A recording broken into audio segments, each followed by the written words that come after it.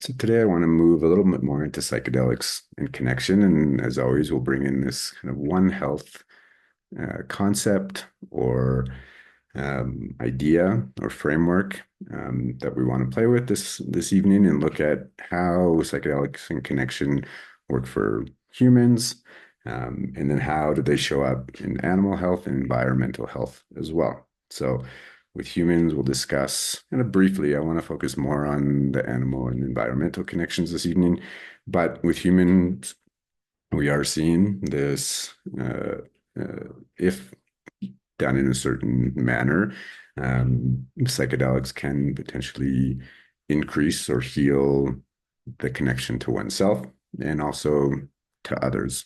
And so what we learned about last week with these critical periods, I think this is relevant here. And people reopening these critical periods could increase their social dynamics. But then also, could this change in that open critical period of how they're relating to other species as well? So just a couple examples or journal articles about human connection.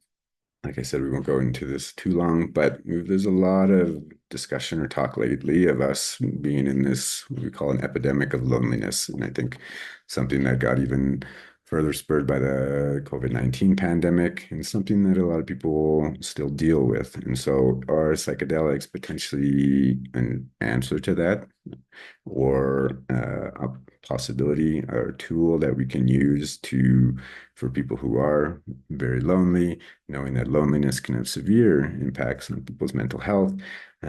Is this an option, something that we can recreate social pathways for people maybe who have strong social anxieties, or just make more of an opportunity for community in general? But moving into more of the main things I want to talk about this evening are humans' relationship with everything outside of them. And I do like this term, and it came up in some of the journal articles that I recommended, which is biophilia. And so understanding that humans have an innate need with the natural world, and nature connectedness is a basic human need. So the connections that human beings subconsciously seek with the rest of life. Okay. So whether we're aware of it or not, people theorize that we have this strong need to connect with nature. And as a society, especially with urban societies, we're becoming more and more divided from our natural world. And a lot of people theorize that that is actually contributing to the global mental health epidemic. And so, how can we repair some of these connections that we find both with animals and humans, both for the benefit of the planet, hopefully having a greater understanding or not seeing the planet separate from us, and then being more concerned about the current state of climate change or environmental degradation in general, but also these reciprocal effects, knowing that humans spending time in nature or with animals in positive ways can be very beneficial to their mental health as well. So I liked this quote, and we'll talk about speciesism because it does come up in one of the journal articles. So while humans biologically belong to the animal group, human identity is commonly characterized by a cultural separation from animals, largely based on human exceptionalism and prejudice towards animals in favor of the perceived interest of members of one's own species. So this is also referred to as speciesism. This is the one main journal article that I had recommended, and it's fairly new. And discusses classical psychedelics and human animal relations. So they looked at two main categories. They looked at a variety of different psychedelic molecules, and looked at lifetime use. So people have a steady relationship with psychedelics throughout their life. And then they looked specifically if with ego dissolution and whether those had any changes on three main categories. So speciesism, animal solidarity, and then the desire to help animals. They found, in summary, with both lifetime use and with ego dissolution, there was a decrease in speciesisms, a positive attribute to animal solidarity. And there was different results on. So people have used psychedelics throughout their life. It seemed a pretty neutral, no real increase or decrease after desire to help animals. But then if there was a specific ego dissolution, if you're kind of getting lost on ego dissolution, I'm going to go into that specifically in one moment to give a definition. But with that ego dissolution event, there was an increased desire to help animals overall. So an ego dissolution is usually with a higher dose of psychedelics, that seemed to have more of a positive effect in terms of overall attachment or how people view animals in general, and an increase in actually putting that into action, desire to help animals. Knowing that this is mostly survey work, so there is a lot of discussion of different bias in here, of maybe people who are prone to taking psychedelics might be more open or have a stronger relationship to nature in general. So good to keep that in mind. And so some good points of information that I drew from that article, I thought were good discussion points. So when socio-culturally constructed value systems are dismantled, there is the potential for animals, especially non-pet animals, to be re-individualized and not solely viewed as measures for human gains in industrial practices. And then also results suggest that classical psychedelic use and ego dissolution may facilitate a shift in human-animal relations towards less anthropocentric frameworks that acknowledge human-animal environmental interconnectedness. Don't we love those words? And enable more than human solidarity, which may subsequently lead to an increase in pro-environmental and sustainable attitudes and behaviors. So what is this getting at? Especially trying kind of understanding what are psychedelics doing and why may they be causing this increase in relatedness to other species and nature itself. So ego dissolution, if you're not familiar with that term, so also we call it ego death or ego loss, is a profound psychological experience often associated with the use of psychedelics, meditation, or other spiritual practices. So essentially, it is characterized by a temporary loss of one's ego, leading to a feeling of unity with the universe, others, or a higher power.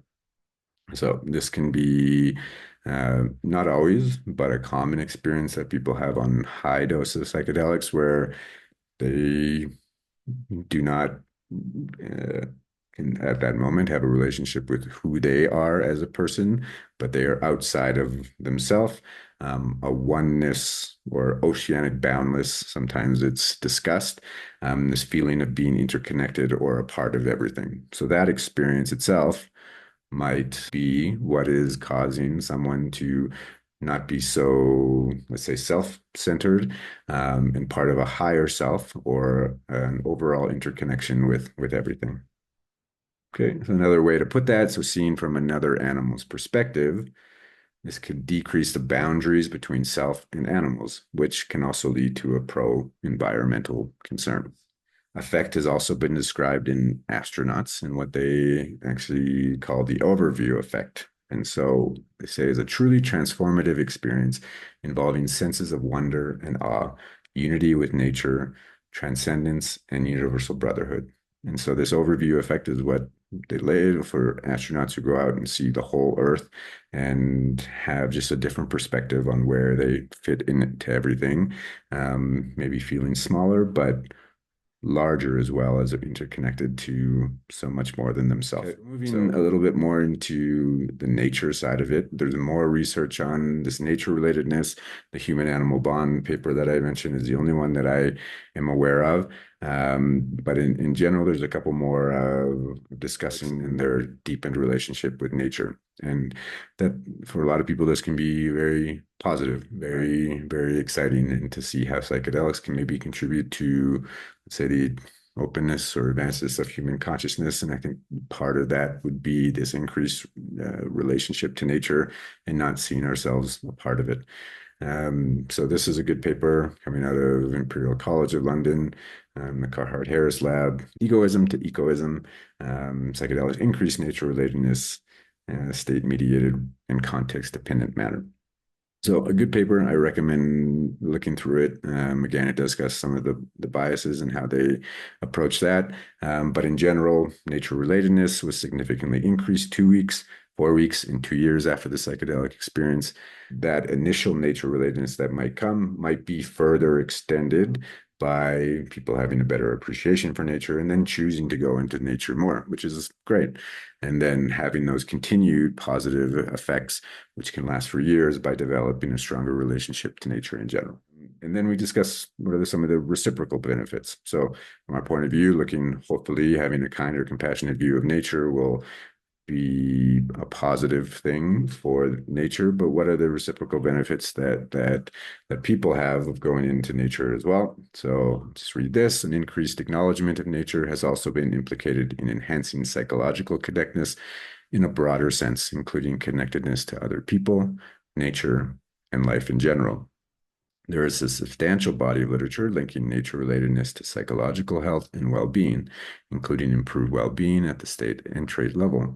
Specifically, nature relatedness has been found to be associated with lower levels of anxiety, a greater perceived meaning in life, higher vitality, higher psychological functioning, greater happiness, and positive affect.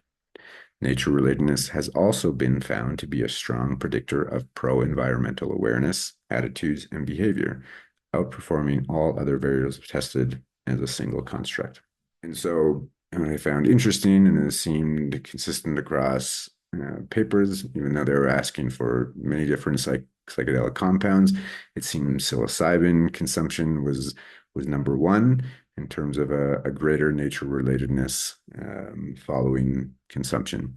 So I guess LSD was number two, but psilocybin consistently ranked number one. So I think that's a pretty interesting thing to understand for us. Given this kind of research, does the setting make a difference? So what I mean by that, remember we talked about set and setting in the first lecture. Set being the mindset that someone enters into a psychedelic experience, and setting being where that is. And that can include the physical environment and also who's around you and everything else. So having a psychedelic trip safely in nature seemed to more consistently create a deeper nature relatedness, but not necessary. There's still people who had boundless oceanic experiences being in a therapeutic room with blindfolds and still had that sense of dissolution and connection. But it does seem that nature can play an important part. And where that even comes up more importantly is the preparation and integration, as we talked about, preparation being everything that leads up to the psychedelic experience, and then integration in that critical period, open state. It can be very positive to be in nature during both those phases. This all sounds great, right? Super positive, wonderful. So we can give everybody psychedelics. They'll all see animals different. They'll see nature different, and that's the solution to everything, right?